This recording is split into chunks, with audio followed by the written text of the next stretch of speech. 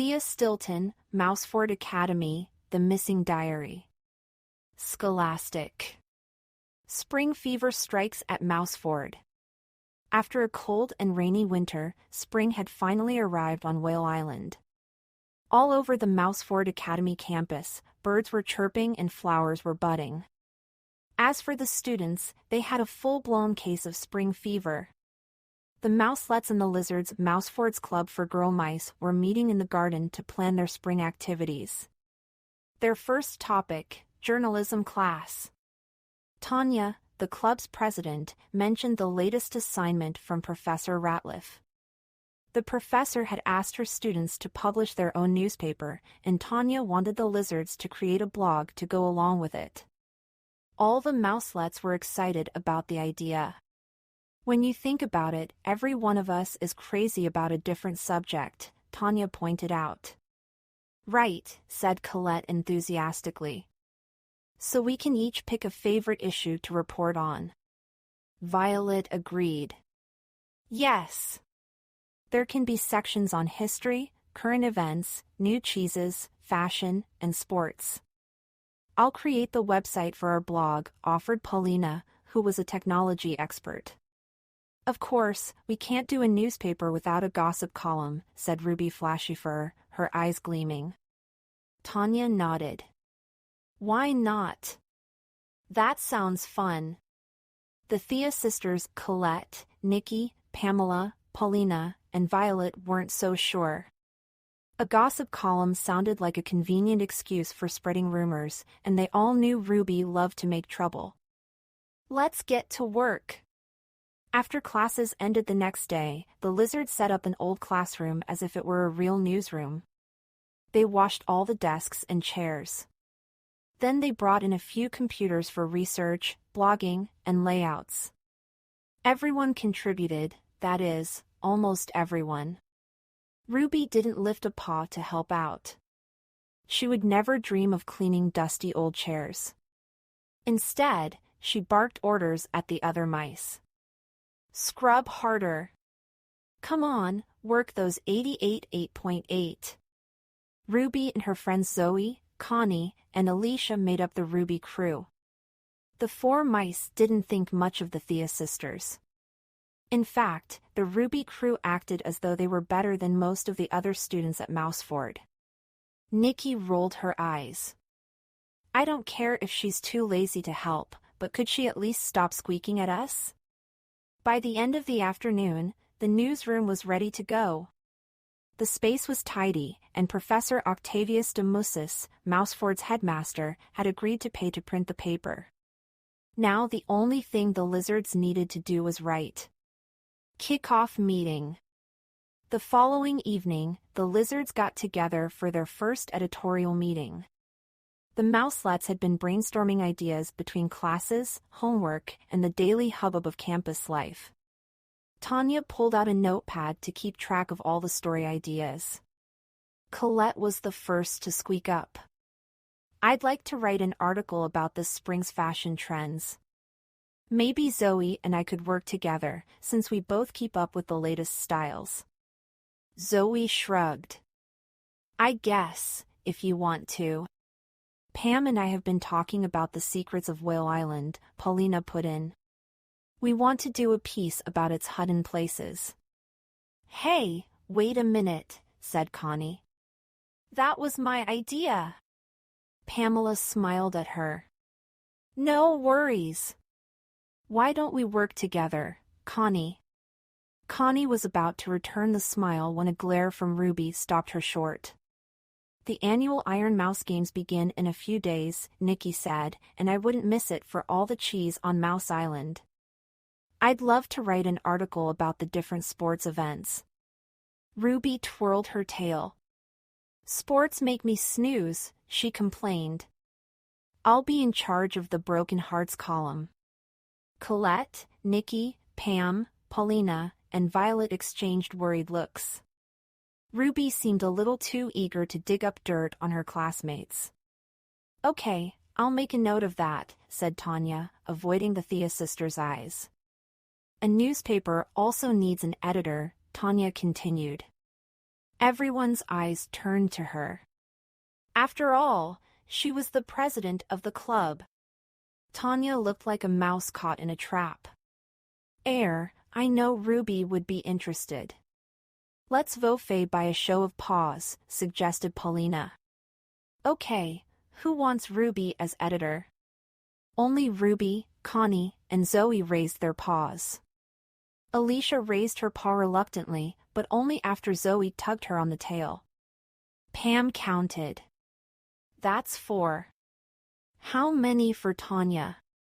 The rest of the lizard's paws flew up. Tanya smiled and bowed. I'm honored, mouselets. All right, let's meet again in 3 days. Bring your rough drafts. Good luck, everyone. As the meeting ended, Ruby tossed her fur. HMPF. All that vote proves is that the mice in this club don't know their Munster from their mozzarella. She scurried up to her room to make a phone call. Hello? Mom? Ruby! How are you, my little cheeselet? Rebecca Flashyfur's squeak was broken up by the crackle of static. I need a new Yamara, barked Ruby. Her mother wasn't so sure. I thought the one you got for your birthday had 22 lenses. But I need something more professional. Ruby whined. 15 minutes later, the Flashyfur helicopter flew over Whale Island, dropping off an urgent package addressed to Ruby. A rival publication. News of the lizard's paper spread through the Mouseford campus faster than the smell of melting cheese. When Ruby's brother, Ryder Flashyfur, a member of the Geckos, heard about it, he called an emergency meeting in the garden. As you know, the lizards are creating their own paper, he announced. They all nodded. No one had squeaked about anything else for days. So we geckos must do the same, Ryder continued. We can't let those mouselets pass us by like yesterday's cheese rinds. Yeah. Let's write our own newspaper, Shin agreed. Craig, who'd sat down to do a few crunches, wrinkled his snout. Okay, but I call the sports section. Me, too, said Marcos. I'll take current events, said Shin. Let's write our own newspaper. You know, the Iron Mouse Games are about to begin, said Craig. We could interview the athletes. Great idea, said Ryder. We'll follow each event, race by race.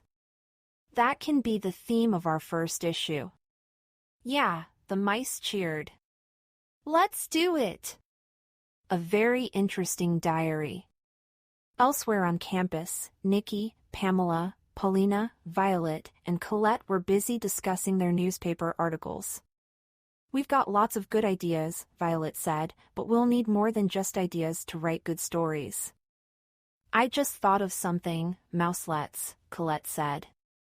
When Thed was teaching our first journalism class, she gave us loads of advice about putting together a good story.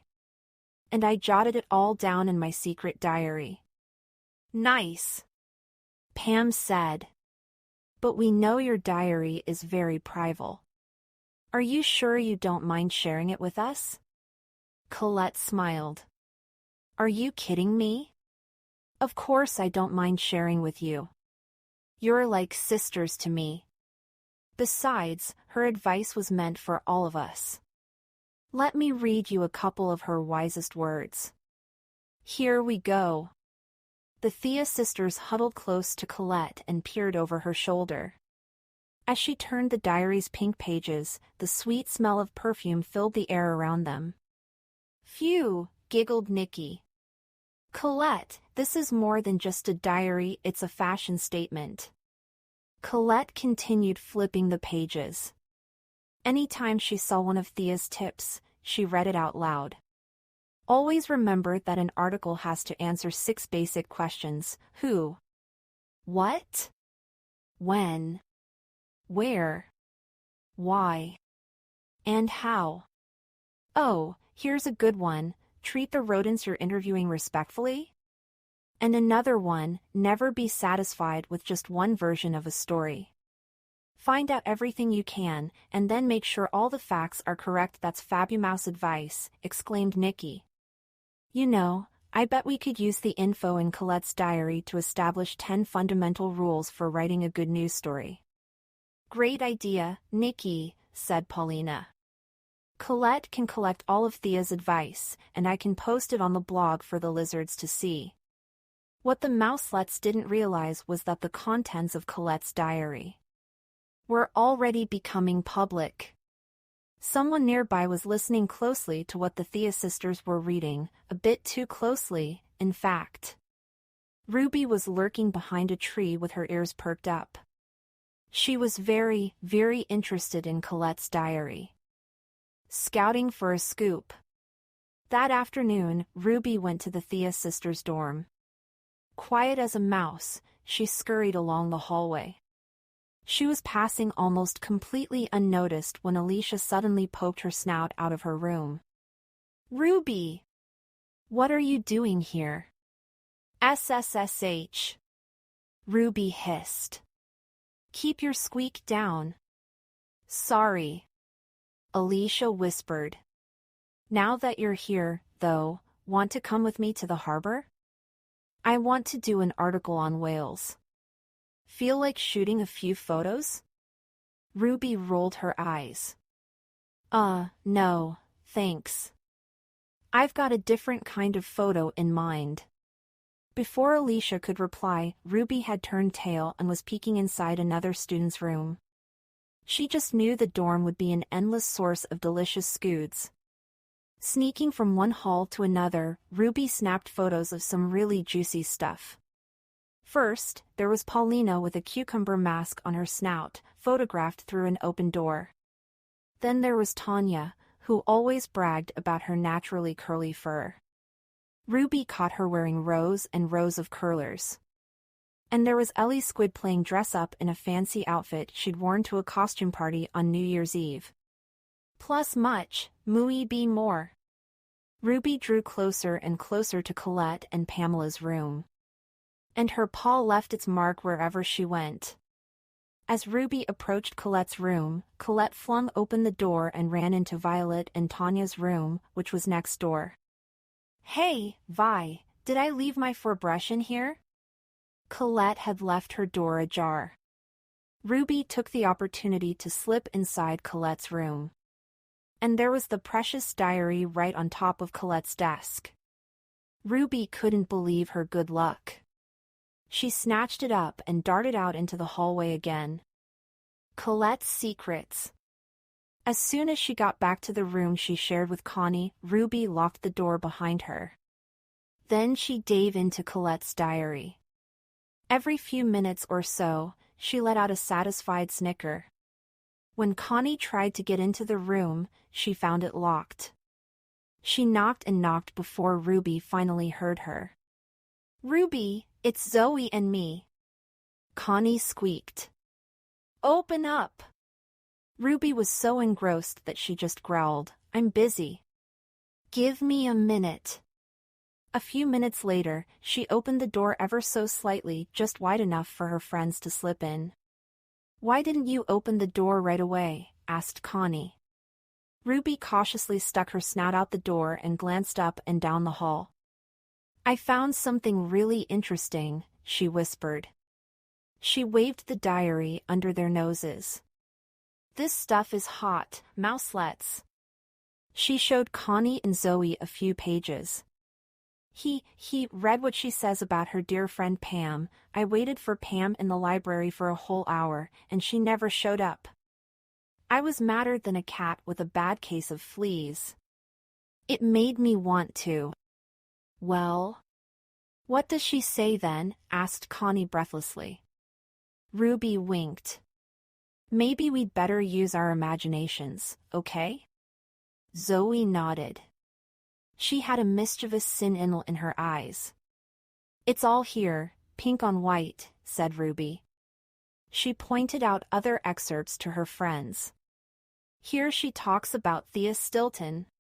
And look what she says about Violet. Check out this, And this.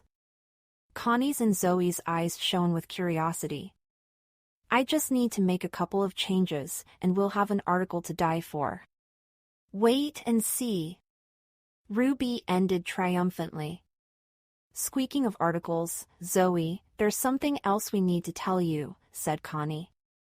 I still can't believe Pam and Paulina swiped my story idea. But Ruby and I came up with another idea for how to get back at the Thea sisters. She motioned to Zoe to come close